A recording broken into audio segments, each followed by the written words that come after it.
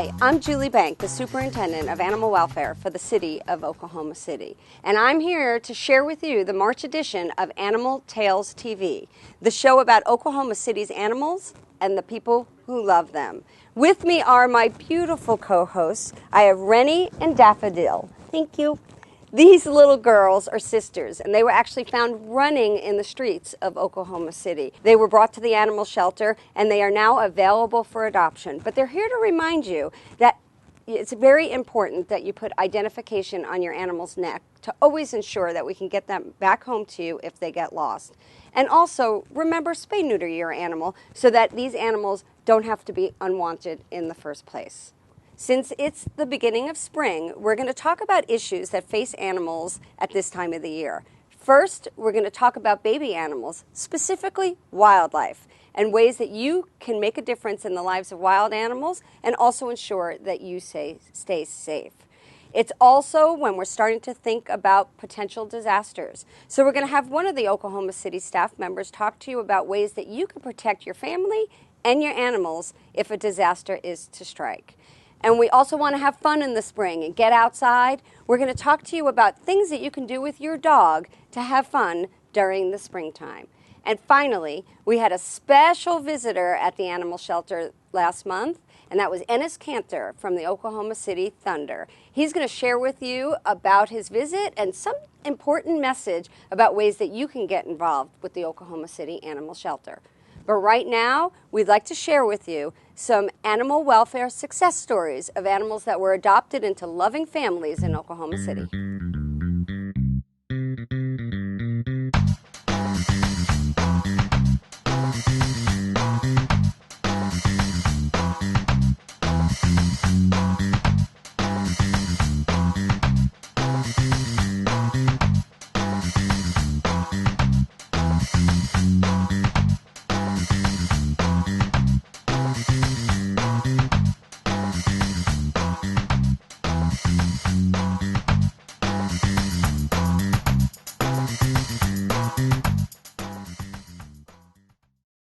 Did you know that the arts make a significant impact on education, the economy, and our quality of life in Oklahoma? Providing more than 10,000 jobs statewide, filtering more than $314 million into our economy?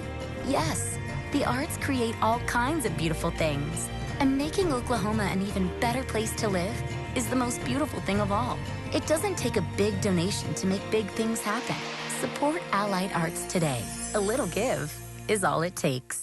Welcome back. With me for my first guest is Rhonda Large from the Wild Care Foundation, and she and I are going to have a conversation about wild birds and other animals that share our community. But before we do that, who do you have with you? This is Tabitha. She is a 2-year-old spayed female that definitely needs a home. She's very sweet, and I find that she really likes her chin rubbed right about there. Perfect. Well, thank you for sharing with us, Tabitha. But I'm going to have David come and take Tabitha because I know you have tons of props. We do. We want to show some people some tips about keeping wild animals back in the wild and keeping them with their families. So why don't you start off by telling me a little bit about Wild Care Foundation? Sure. Wild Care is a nonprofit, and we specialize in wildlife rehabilitation.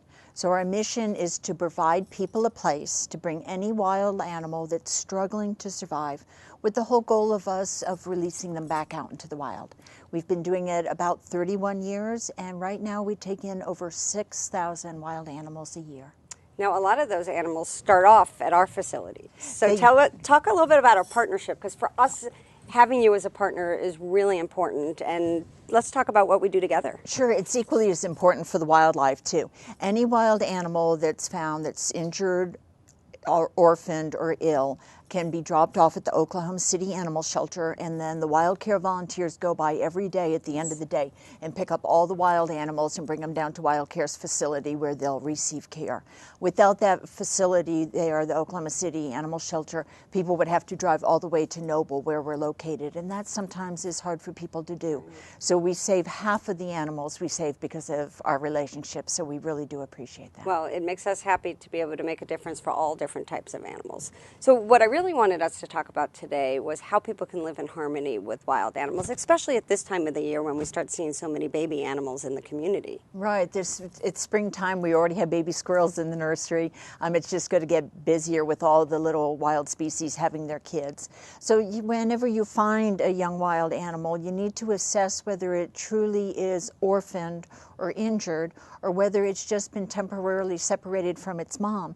Because a lot of wild moms won't stay there when us humans approach their nests, and they'll fly off or run off. And so it's hard to determine that, but there's ways of doing that. So talk about those ways. Sure. Well, for instance, if you're a little songbird sit in a nest, like this little guy, this little bluebird sitting in his nest.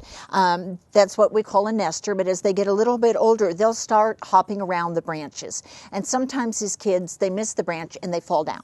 And then they aren't able to fly completely yet. So then people will bring him to us and say he's orphaned, but he's really not. He just kind of tumbled out of the branches. So if you can put him in the fine branches of a nearby tree, is great, but if you have a little wicker basket like this, you can wire that up in the branches and then put the baby bird right back in there, and mom will continue to raise him. It is an old husband's tale, because us old wives aren't wrong. It's an old husband's tale. If you touch a baby bird, mom won't take them. So you can put them right back in a makeshift nest, and the parents will continue to raise them. Very easily done, and a lot of species that will work with. So what do you do if you actually do see a wild animal that the mom has been hit by a car, or the mom is injured in some way, is not coming back? Do you recommend that people go up to them and touch wild animals? If they find a young one like that, it's always the best thing to do is put on a pair of leather gloves. They don't have to be as long as this, but protect yourself, and always use a towel. Because some of these little wild animals, like this little squirrel, although he's really cute and he's not able to take care of himself, they have got phenomenal teeth, and you do not want to be bitten by him. So you're going to take a little towel, throw the towel over the baby, grab him up in your leather gloves, put him in a carrier that's secure with a secure lid, and then either drive him to the Oklahoma City Animal Shelter for us to pick up, or down to Wild Care so that we can help him. But you can also always call Wild Care and get some advice, because sometimes that's the best thing to do, but sometimes the best thing to do is, just like we're going to do with these little birds, is reunite them back with mom. And that can also be done with a little squirrel in a basket at the bottom of the tree. Perfect. You know, I was just going to ask you about how people can get more information or even get involved with helping your organization or volunteering with your organization.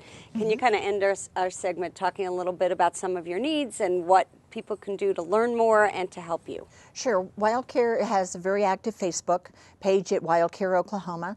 Our website is wildcareoklahoma.org. Also, both places will talk about volunteerism and ways to donate, and special events that are coming up. We're also very proud that this year we were selected to host the National Wildlife Rehab Association annual conference. So there'll be 500 rehabbers from all over this country coming into Norman for the conference, and down to Noble to tour Wild Care and see how Oklahomans take care of their wildlife in this part of the country. So if there's one final thing that you want to say to viewers about living in harmony with wildlife, what would you say? Right now, wild animals are moving into people's attics and garages to have babies. They're looking for den sites. Instead of just trapping the mother and then that would orphan the kids, is to find ways to get them so that they don't go into their homes. Because obviously you don't want squirrels in your attic. There's humane ways of doing that and keeping the family units together, as opposed to trapping and killing them. And prevention is really the key, right? It really is. And if you think about it, if your neighbors move out of the house next door to you, you know at some point in time someone's going to move back in. So if you have a territory of whether it's a skunk or a possum or a bird or whatever, and you remove that animal, whether lethally or not, from that territory, another animal's just going to move in. So all you've done is change neighbors and killed an animal, and that's not the right thing to do. Well, Rondi, thank you so much for sharing about the Wild Care Foundation. And again, thank you so much for your partnership. I think we all work together to make a difference in the lives of all animals, and that's really terrific. I encourage everybody out there to consider getting involved with the Wild Care Foundation, and to certainly learning a whole lot more about living in harmony with wild animals in the community. Right now, I'd like to share with you some animal welfare selfies, but we like to call them Welfies.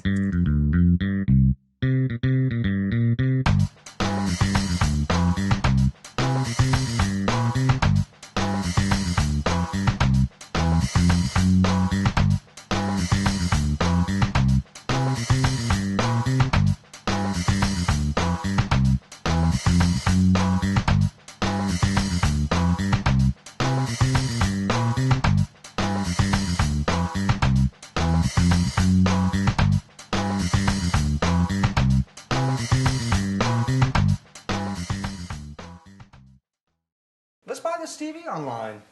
Do we need a 72-inch screen? Yeah. You better keep the receipts so that you can pay the use tax, you know? You say something? No?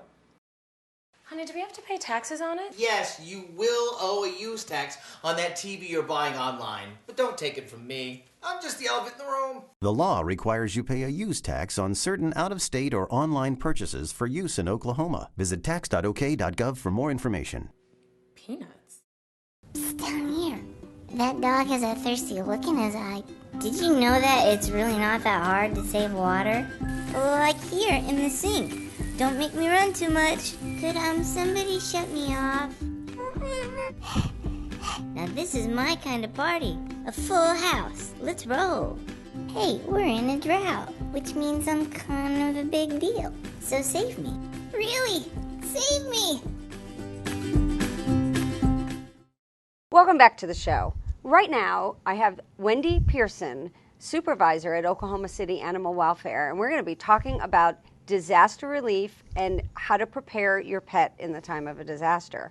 So welcome, Wendy. Hi, how are you? Good. Who do you have with you, This Wendy? is Marigold. This is a 6-year-old domestic short hair that we have at the shelter, ready for adoption. She's a little skinny, right? Yeah, she needs a good home and some good groceries. That's right. So she's ready for adoption right now. Wendy, thank you so much for being here. Absolutely. Why don't you tell me a little bit about your job? Well, I'm a field supervisor, and I oversee the field operations for the officers that we have in the field, which is part of the rescue, enforcement, and education. You guys could do a lot of stuff, and part Yes. of what you do is disaster relief and preparedness. Let's talk a little bit about that. And yes. you know, what is the Oklahoma City Animal Welfare's role in that? Well, we're the lead agency when it comes to rescue and recovery for animals and owners related to the displacement of owners when they're dogs or pets, any kind of pet that has been displaced due to natural or man-made disaster. So when a disaster strikes, we get called out to help both people and animals. Yes. What are the different roles that we play? Well, we place as a liaison to other rescue agencies, as well as removing animals from those areas that have been impacted and getting them back to the owners. So not only do we house the animals that we've removed from those areas that have been affected, we also work in keeping the animals safe in shelter sites that may have been placed up in the areas that are close to being the impact of them. So what are things that we can do to make sure that our animals are safe during a time of a disaster? Well, you need to have a go kit ready, not only for yourself, but also for your pet. You need to have their information as far as the rabies information. Take a picture of you and your pet together. Keep that on your phone, because usually you have your phone with you. You also need to have plenty of water, maybe 3 days worth of water for yourself as well as for your pet. Have an evacuation plan. And also with your evacuation plan, you might want to run through it before the disaster happens, because that's the worst place to find that your evacuation plan didn't work, is when the disaster happens.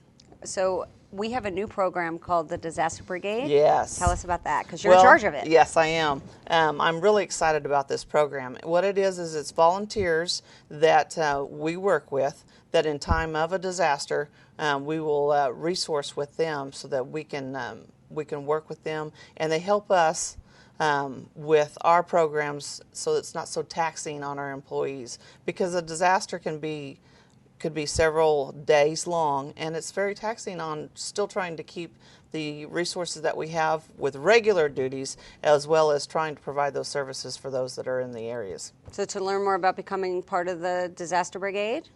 You can come out to our facility and sign up with the volunteer program, and we can give you more information on that. Terrific. You know, Wendy, thank you. You Oh. have actually been with Oklahoma City Animal Welfare for over 25 years. Yes, And yes. you've worked a lot of disasters Yes. and helped a lot and rescue a lot of animals. So I Yes. thank you so much for Oh, your service. absolutely. And thank you for giving us those disaster tips today. If you would like more information about becoming part of the Disaster Brigade or animal preparedness tips, please visit our website at okc.gov/animal welfare.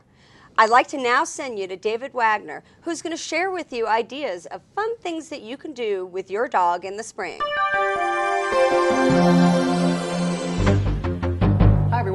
This is Benji. He's not only my friend, but he's also available for adoption and could be your forever friend.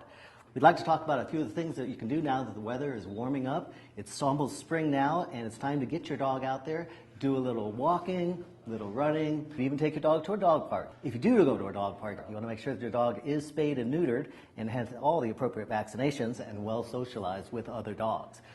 Besides doing all that, the thing to keep in mind is as it gets really hot, you want to keep your dog hydrated.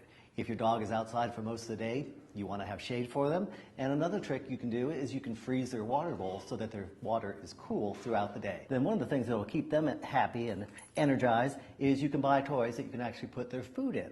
And that will keep them occupied all day, pushing that around and trying to get that food out. Get on out there, have some fun with your forever friend like Benji. You know, I give, and it's just never enough. Seriously? When people take you for granted, what can you do? Water the grass, not the street! Using drought-tolerant plants, watering early in the morning, adding some mulch, it's not that hard. If we want to use our water wisely, we gotta squeeze more out of every drop. SqueezeEveryDrop.com. Oh, I gotta go. I got a date with a lake. Let's buy this TV online. Do we need a 72-inch screen? Yeah. You better keep the receipts so that you can pay the use tax, you know? You say something? No? Honey, do we have to pay taxes on it? Yes, you will owe a use tax on that TV you're buying online. But don't take it from me. I'm just the elephant in the room. The law requires you pay a use tax on certain out-of-state or online purchases for use in Oklahoma. Visit tax.ok.gov for more information. Peanuts. Doesn't that feel good? We'll keep those little buggies off you. Buying pesticides each year can add up. I bet you have leftovers. But I never know when I might need them. So many, something's gotta go. I know it's tough, but it's just not safe to store so many chemicals. Just take them to Oklahoma City's Household Hazardous Waste Collection Facility. They'll take care of everything. Hey, is that another bottle? Get more info at okc.gov.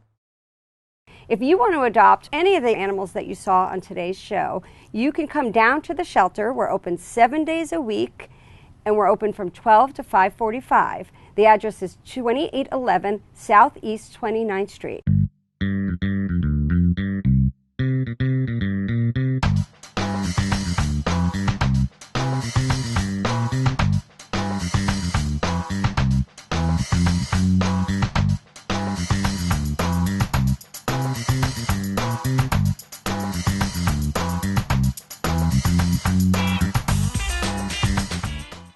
Thank you for watching this edition of Animal Tales TV, the show about Oklahoma City animals and the people who love them. We'd like to leave you with a look at a special visit from Ennis Cantor from the Oklahoma City Thunder. See you next month. Hi guys, I'm Ennis Cantor from Oklahoma City Thunder. We're here today in animal shelter. When I was a kid in Turkey, I have a lot of, I had cats, I had a lot of birds and fish, but I never, I had a dog before. Now I'm thinking about adopting an animal. Please get involved with OKC Animal Welfare and get involved and adopt and volunteer like I am.